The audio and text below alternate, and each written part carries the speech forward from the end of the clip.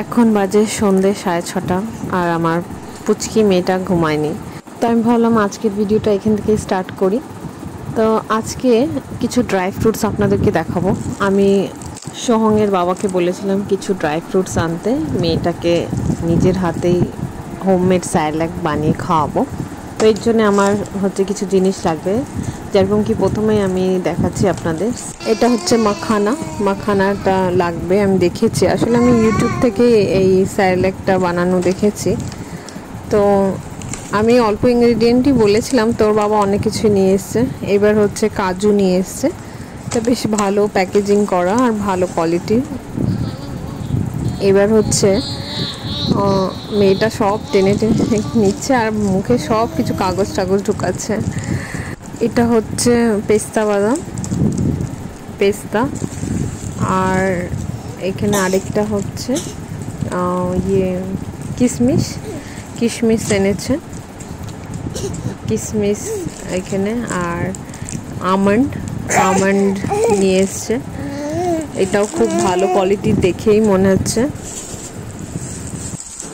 আর দেখি এই প্যাকেটটায় কি আছে।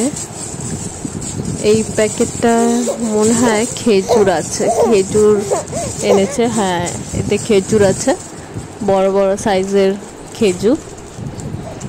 এটা মিষ্টি চিনির বদলে আমরা বাচ্চাদের খাবারে, মানে আমি নিজের মেয়ের খাবারে ভাবছি খেজুর ব্যবহার করব।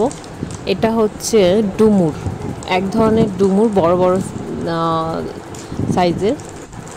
এটা আখরোটের ভেতরের বাদামটা আখরোট। এটা খেতে আমার এত ভালো লাগে আখরোটটা। সাথে কটা গরম মশলার মধ্যে থেকে এলাচ নিয়ে এসছে, সবুজ এলাচ। তো এই যে এই কটা, আর আরেকটা কিছু ছিল আমার মনে হয়। হ্যাঁ, আরেকটা আছে ওই দারচিনিও এনেছে। তো একবারে যেই সব থেকে ড্রাই ফ্রুটস নিয়েছে, ওখানে এই গরম মশলারও প্যাকেট, গরম মশলাও পাওয়া যায়। তো এই দারচিনিটা এনেছে। ও যে আমার মেয়েটা সব টেনে টেনে করছে।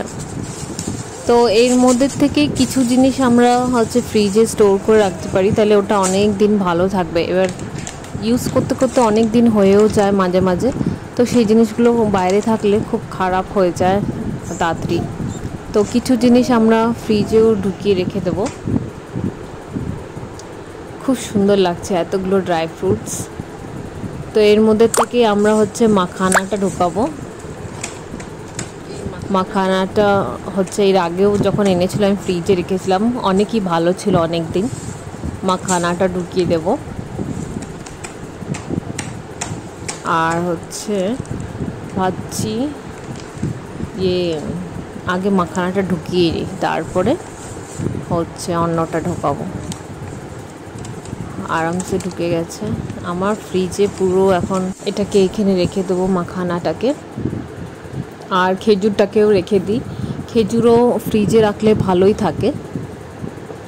আর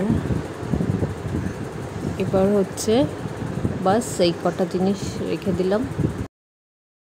ভাবছি কিশমিশটাকেও রেখে দিই, কিশমিশও ফ্রিজে রাখলে আমার মনে হয় ভালোই থাকবে। কিশমিশগুলোও খুব ভালো কোয়ালিটির দেখে লাগছে। এবার অনেক দিন বাইরে থাকলে এটাও নষ্ট হয়ে যাবে। একেও এক জায়গায় এই দরজায় রেখে দিই। তো আজকের এই ছোট্ট ভিডিওটা করলাম, একটা ছোট্ট ড্রাই ফ্রুটসের শপিংয়ের। তো আপনাদের কেমন লাগলো নিশ্চয়ই বলবেন। তো আজকের মতো এখানেই, আবার দেখা হচ্ছে খুব শীঘ্রই। টাটা।